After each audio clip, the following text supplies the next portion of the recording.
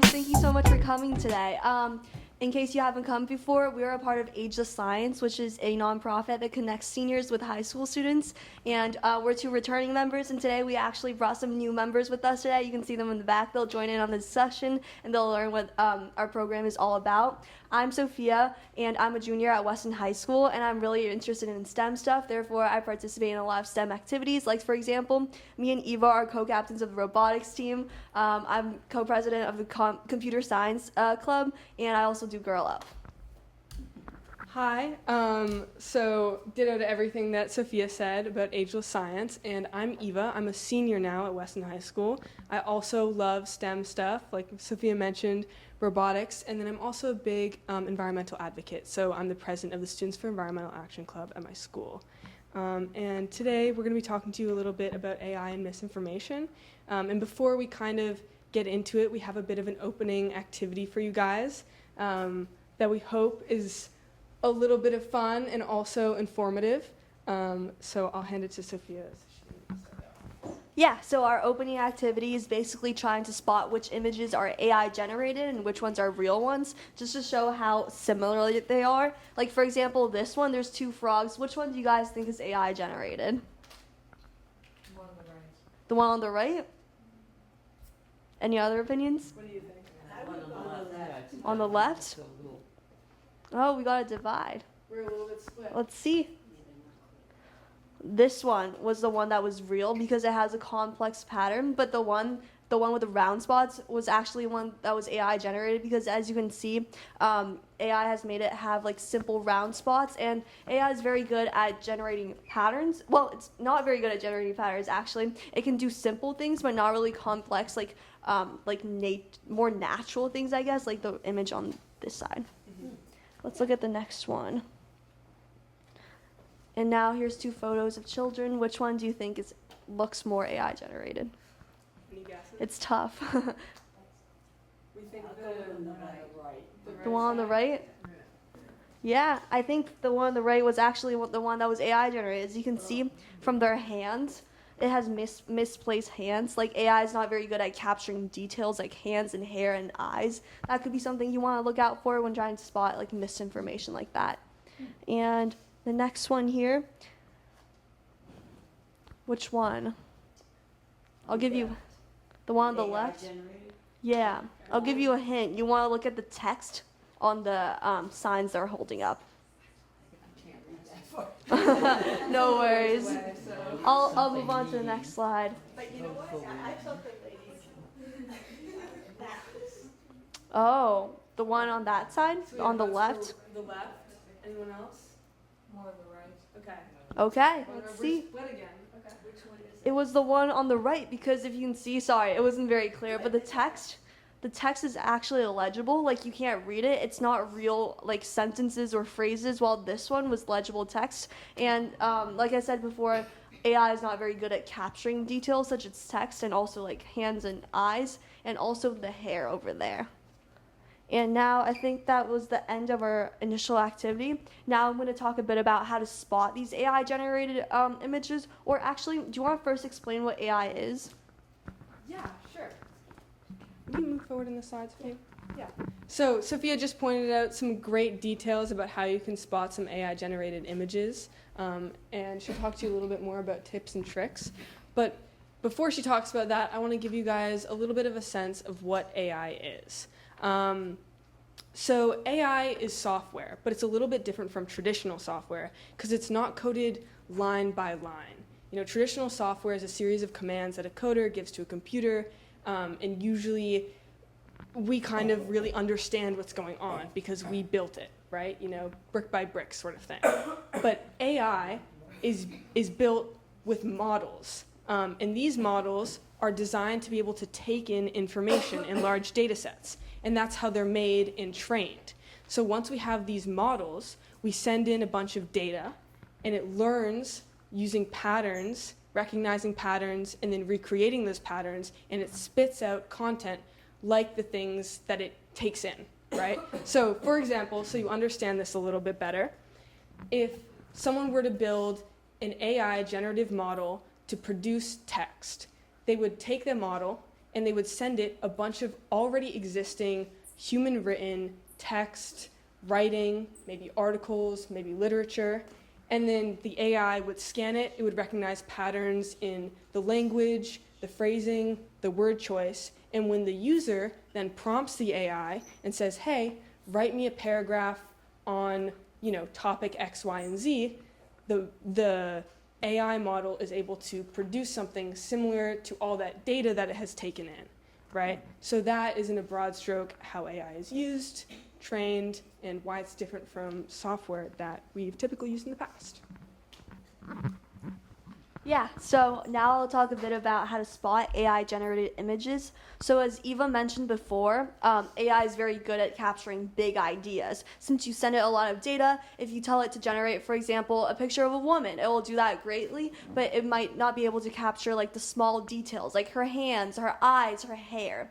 So some tips and tricks, you want to look for unnatural or irregular details. Like for example, you can tell by the teeth, the eyebrows, hands, and eyes. For example, if there's extra fingers, if the teeth look too smooth, if there's an unnatural flow of the hair, that can be an indicator that the image is AI generated. The second thing that you could look out for is inconsistent lighting and shadows. Like for example, if the sun is shining from one side of the picture, like you can see the sun, but the shadows don't align with that, that can be an indicator for that it is not really like a true like natural photo. Another thing you can look out for, like we saw with the signs, is the text and logos. Normally, it captures, like, for example, like if it's trying to say like vote for this. Sometimes it will not be able to capture every single letter perfectly, so it will appear illegible, distorted, or random, and that can be something to look out for as well. The last thing is contextual anomalies. Like for example, you wouldn't expect to see like a shark in an apartment or like a giraffe in a really small place, right? So if you see these like contextual anomalies where like things that are not supposed to look like they are real are occurring in these photos, that can be also representative of AI generated photos. And some things I want to note is that this is very tricky. The technology has grown increasingly and increasingly more sophisticated, and that means that we should always try to check the source. And the source, there are some sources specifically that have been known to create AI generated photos often. Like for example, if you see something on Facebook or like Instagram, I know they have a lot of AI generated photos, so that might not be the most good source to look for information. And always try to ensure that you're not furthering the spread of misinformation. Like try to check the source, try to check that the photo is real or the information is real before you send it to your friends. Okay. So now I'm going to talk a little bit more about how AI has affected misinformation online. And before I get into it, I want to clarify the kind of misinformation that I'm talking about.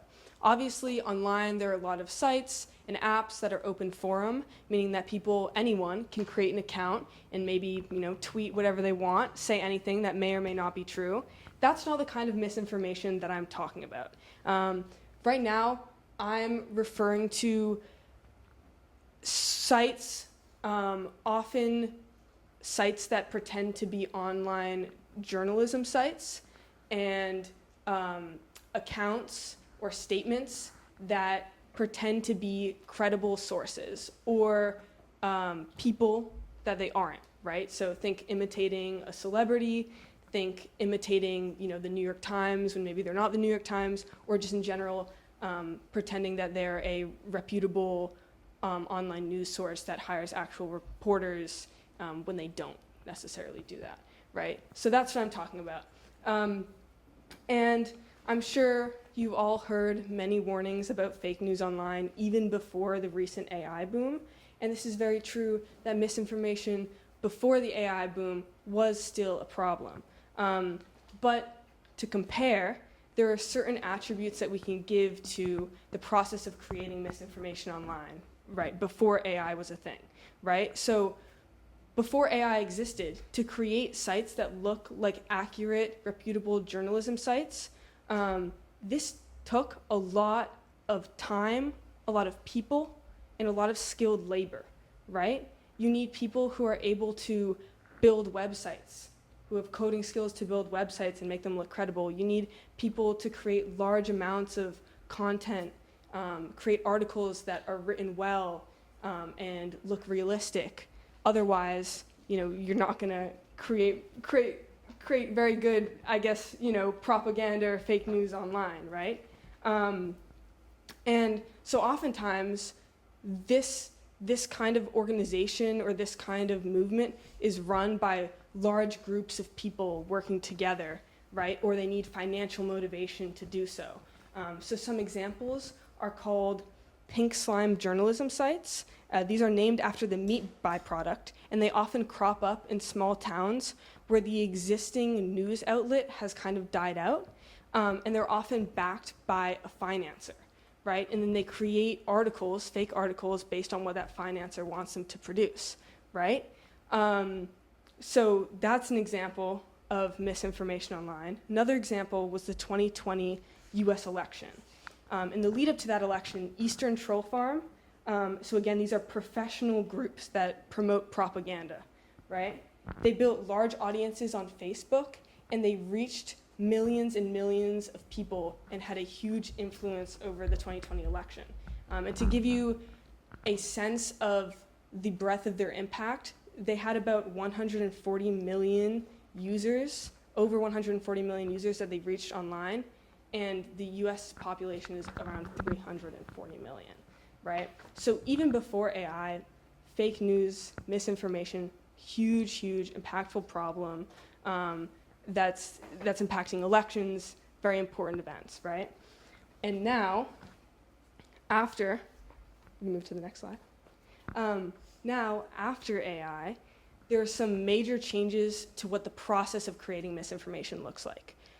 First of all, it's less time intensive, it's less labor intensive, and it's easier to make it look credible, right?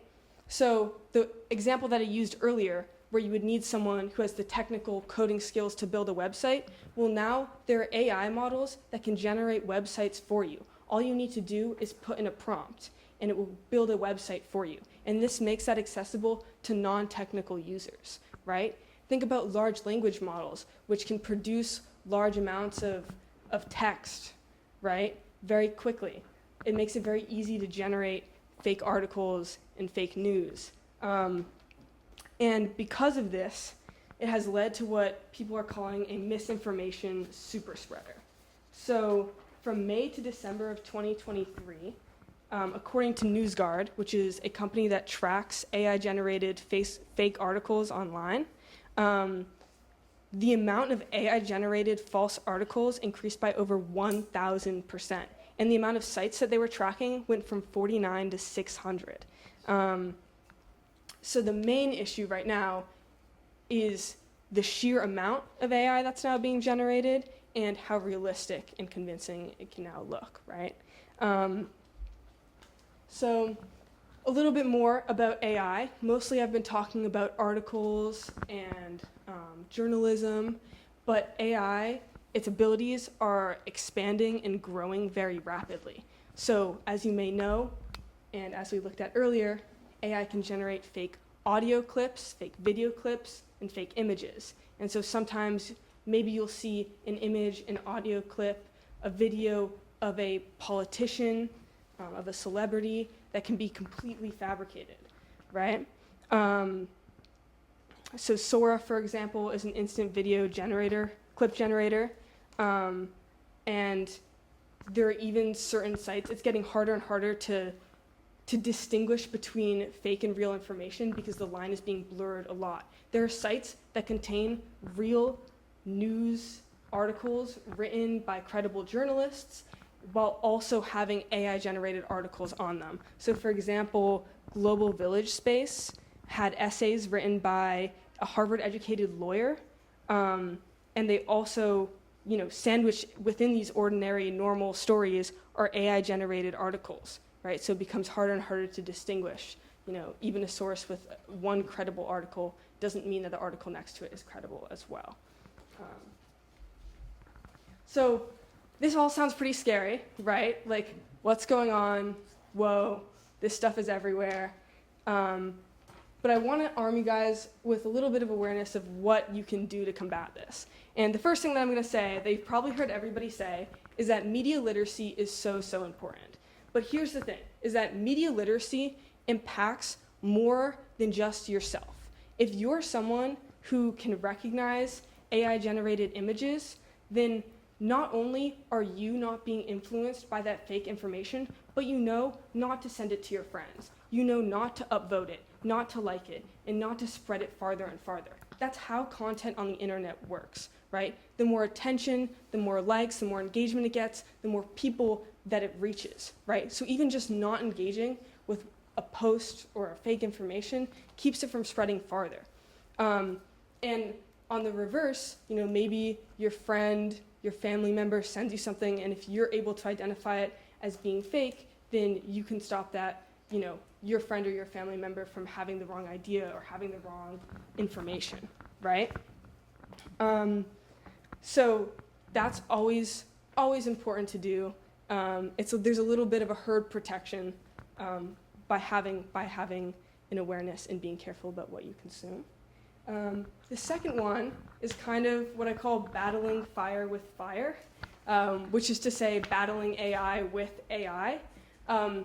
There are AI generators, right, that we all know, like ChatGPT, like Perplexity AI, right, these very famous AI models. But there are also things, programs that are used to check whether content has been AI generated. And what's funny is these sites and these services themselves are AI. You essentially upload a large block of text to them and you ask it, is this something that I would generate, or does this look like it has AI generated patterns in it? And it can identify that. And that's something that's actually being used in schools, for example. So teachers will run essays through these AI checkers to see whether students have used AI on their essays. And that's something that's very popular. It's free online for you to use if you want to.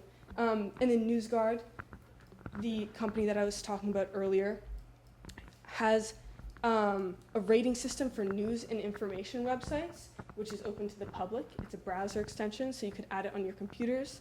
This helps you. You don't have to be 100% vigilant all of the time, and you have a program that's checking for you and just making sure. It might give you a little bit of a warning. Hey, maybe this article, maybe this image is AI generated. So please join us. Yeah, take a seat. Take a seat. So what you're making a good point. So for everybody who didn't hear it, the question is that if a student wants to turn in an AI generated essay, for example, are there things that they can do to combat it? Possibly there's an AI software out there even that would help them scramble it so that it's unrecognizable.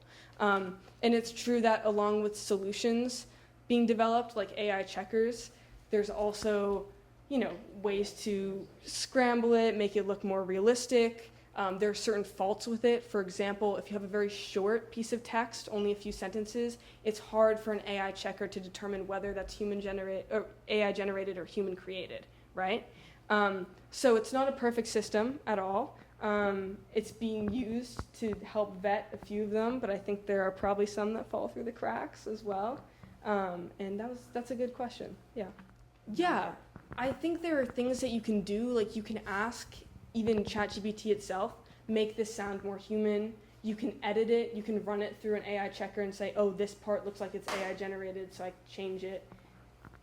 I suppose there are things that people can do and do. Yeah. So I think the question is about the sources of articles that you read online. So any reputable place, site should have sources that they cite. Yeah, so I don't know if you guys are all aware, but ChatGPT actually had an update a few months ago, I believe, where it's now required to provide sources for the information it provides. But even before that, a lot of the information that it generated, a lot of the paragraphs and a lot of the essays it generated was false, completely false. It completely made it up, and it was not something off of like what it found on the internet. But even now that it's required to give sources, we still get a lot of misinformation. It will actually make up sources. Like, for example, if you wanted to write like an essay on the Great Gatsby, whatever, it can provide you with fake evidence and quotes that it makes up that it claims it's from the Great Gatsby and whatever source you're using. Well, the point there is that in terms of policing, Mhm. it seems to me if you have someone who might write something and then they see these are my sources, then the people that are noted as their sources, if they're real, can then sue, I would imagine, somebody for falsely presenting their information. That's a good point. I actually haven't thought about that. I think There is, I mean, it seems to me there is some check piece there, and I am zero person to know anything about a computer. That just seems logical to me. Related to that, I just had heard, I don't remember, maybe it was the Wall Street Journal article or just in the last couple of days about that Meta is having major problems with its advertising, and it isn't, and people are complaining that Meta isn't doing enough to look at it, but what they do in the ads, you know, fake advertisers include in there like the name and address, websites of real companies. And so, you know, people are sending the money, they check, thinking, okay, this is real. And in fact, it's not, it's a total scam. And you know, I mean, I don't know what we do. Just tell you, like that, it's just so I could imagine places citing sources that are real sources that exist. But it's somebody that's in Southeast Asia, you know, or whatever, you know, Russia, and the real companies are unhappy about it. You know, people are calling them saying, hey, why didn't you send me what I ordered? And they say, If I write something, this is one of the questions I have, is one of the things that if I write something and I present information as being valid and true, and then it is discovered that it is not, then I can be sued if I've caused somebody a problem. It doesn't seem to me that we have that working here. there's a lot of legal reasons I think are valid. So what Sophia is talking about is a recently added feature of ChatGPT, and I don't think that ChatGPT can necessarily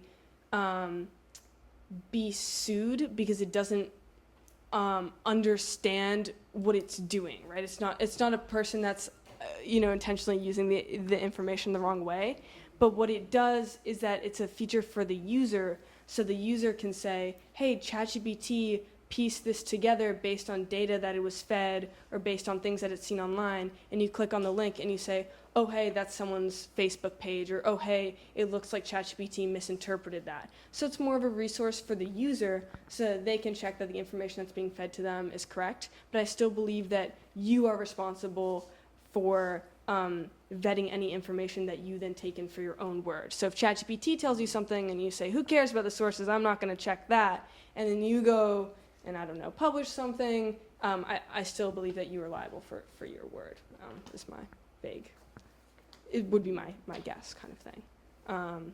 So yes, it's more of a feature than a legal thing.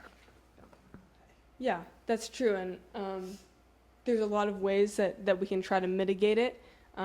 Again, nothing's perfect, but like you mentioned that in your comment, the browser extension that you can add, that's NewsGuard.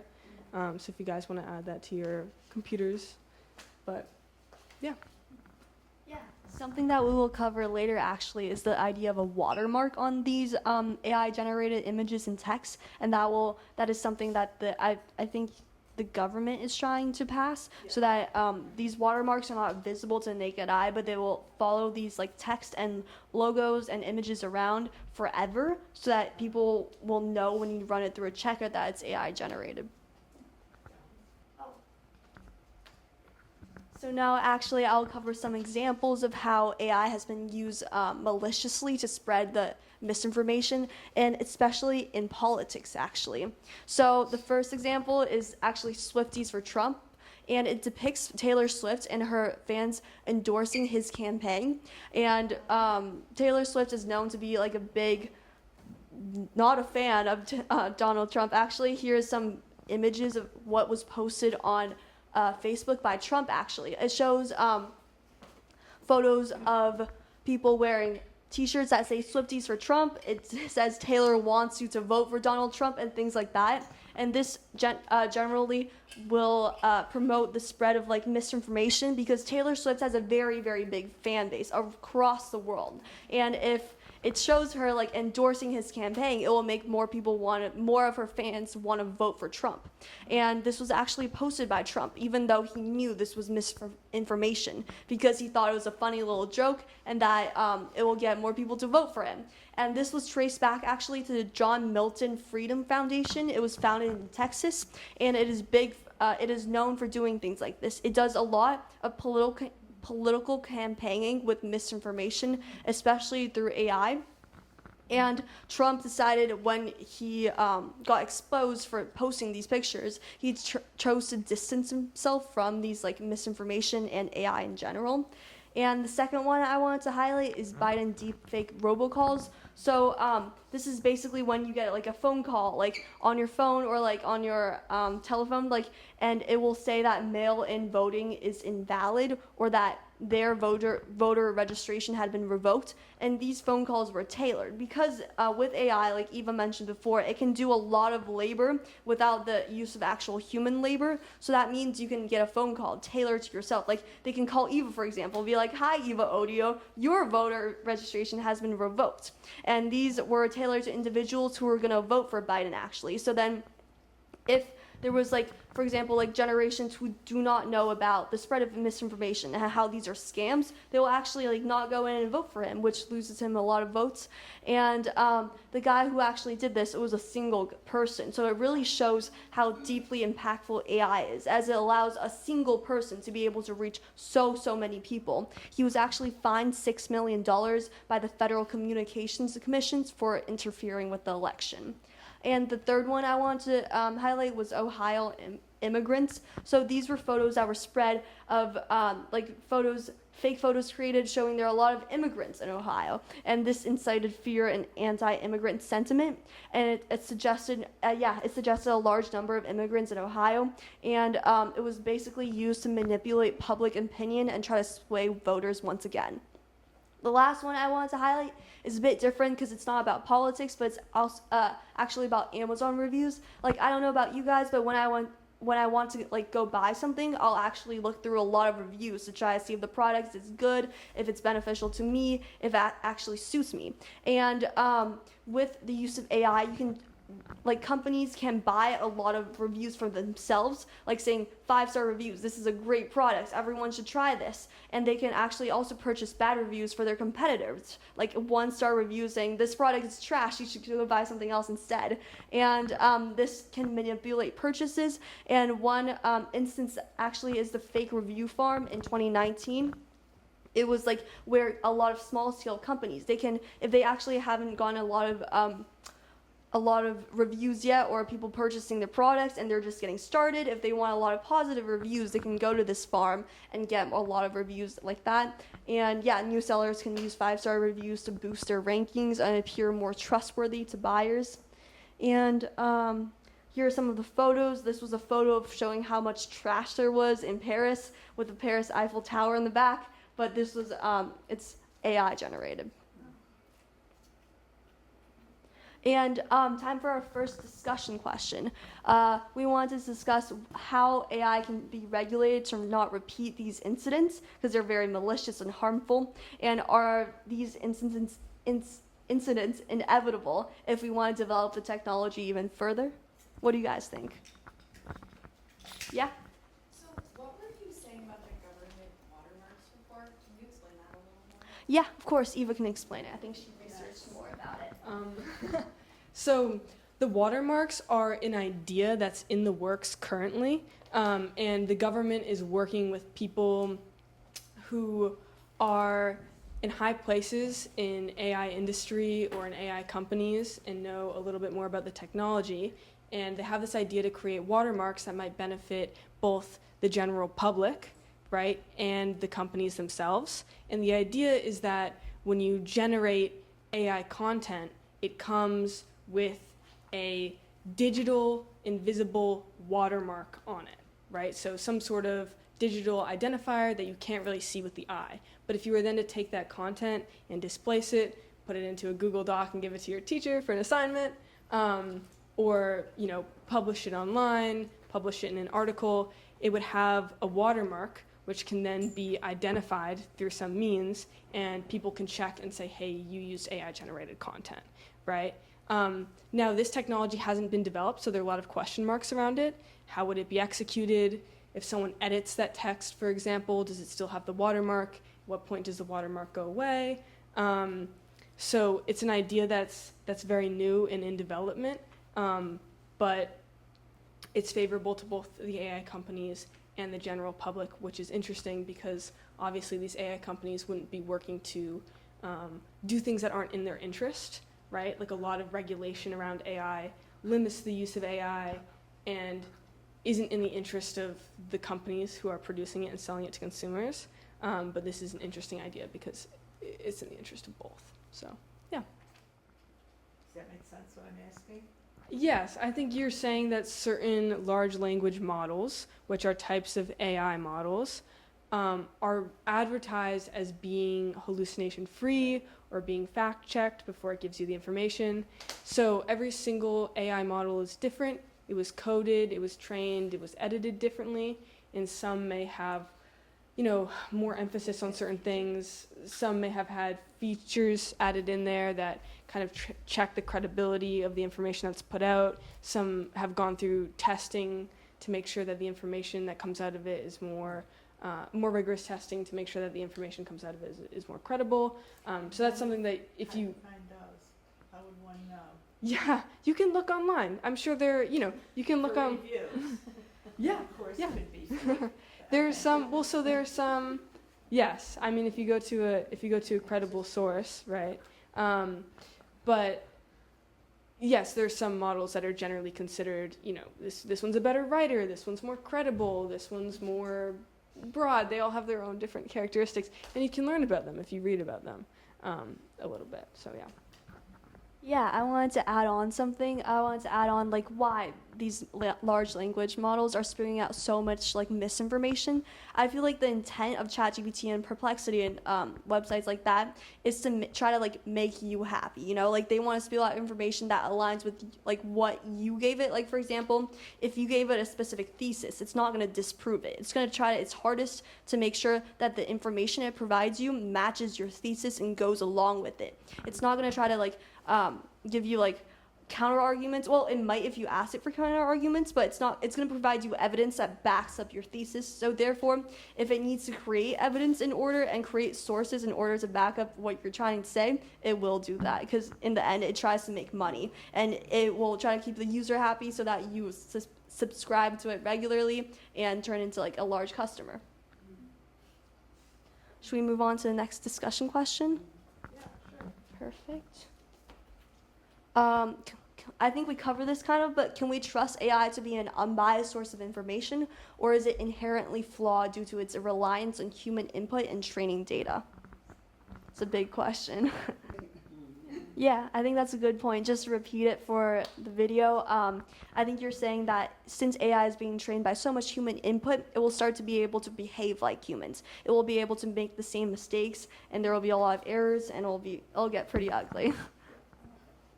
Any other inputs, questions? Just to make sure I'm understanding the question correctly, are you saying that if, for example, a company uses AI-generated misinformation and it perpetuates it further, it spreads it to its users and stuff, can it be sued for it? That's a good question. So I'm not super familiar with it, but I do know that there's certain kinds of false advertising that I think you can be liable for, right? That companies are liable for. And so a big reputable company like AT&T, if they put out advertising material that, I'm not sure that it's like suable to use AI content. I don't think it's, if they were to make an AI generated image and maybe use it as an aid in one of their ads, I don't think that necessarily that's suable. But again, if they were to do something that maybe harms the public or violates a certain law, they could be sued for that. I don't think, like for example, they put it up on a billboard. I don't think the person who owns the billboard is liable, but I'm not entirely sure about the laws around it. So yeah. So yeah, I think what you're for the video and for anyone who may not have heard, you're talking about the a little bit of a legal question recently, which is how liable are providers, or for example, like Facebook, how liable are they for the ads that they promote on their platform? I do know a little while ago that Facebook kind of got into a bit of trouble because it was proved that their algorithm tended to actually promote misinformation because the more extremist content had more engagement, and so therefore their algorithm, kind of promoted misinformation or bad content, and they got into a bit of trouble with that. But I think, like you say, yeah, but it's good for the people who own the companies to get that engagement, and they care about the clicks that they get and the ad, the money that they get, and so those are their motives. And it's like you say that the legal question is still being talked about currently. Yeah. So you're just saying that people can be liable for perpetuating false information, even if they maybe believed it themselves at the time that they spread it or something like that. It's a question mark. I don't know if I know. It's a question mark, that's what you say. Okay. And then one thing that's good to know about a lot of these messages, text messages, fake emails, is that oftentimes they'll have links in them and that you should not click on those links. Yeah, don't click on the links. And there's certain things like checking URLs, right? There's certain URLs that are more reputable than others. If it's a random one, anybody could make that site. Email addresses, and that sort of thing. So, Campaigns to help people with scams. yeah, there should. I don't want to interrupt our discussion here, but I do have to say I think we've come up on our time, if that clock is correct. So we do have to kind of officially end the talk here. Thank you to everyone for coming. Yes. Thank you.